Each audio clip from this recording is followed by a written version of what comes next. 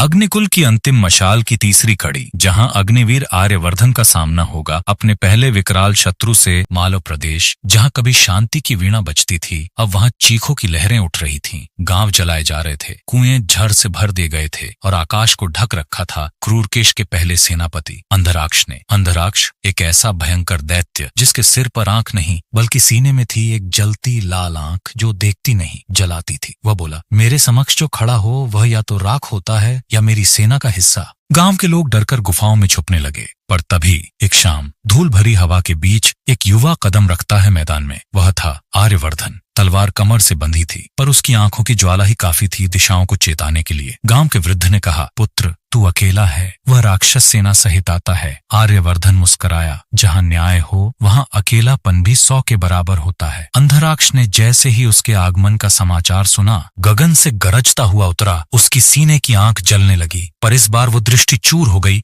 क्योंकि सामने था अग्निकुल का उत्तराधिकारी। युद्ध शुरू हुआ। तलवार बनाम विकराल गदा, मानव बनाम मायावी शक्ति। अंधराक्ष की आंख जैसे ही आर्यवर्धन पर केंद्रित होती, वो छलांग लगाकर बचता और अग्निसिद्ध तलवार से आघात करता। युद्ध घंटों चला, धरती दरकने लगी, पर फिर आर्यवर्धन ने एक मंत्रोच्चार किया जिसे गुरु ने अंतिम समय में सिखाया था। ज्योति स्वरूपो अग्निकुलाय नमः। तलवार प्रज्वलित हो उठी और अगला वार अंधराक्ष की सीने की आंख पर पड़ा। एक तीव्र चीख, फिर शांति। अंधराक्ष वहीं धरती में समा गया। गांव की जनता ने चरण छूने चाहे, पर आर्यवर्धन ने कहा, मैं रक्षक हूं, राजा नहीं। लेकिन युद्ध केवल शुरू हुआ था। 6 और सेनापति आना बाकी थे, और क्रूरकेश को अब आर्यवर्धन का नाम पता चल चुका था। अब अग्निवीर को जाना होगा पूर्व के अशांत जंगलों की ओर, जहां अगली परीक्षा उसका इंतजार कर रही है। आगे जानने के लिए कमेंट लिखे, धधकती मशाल आगे बढ़े।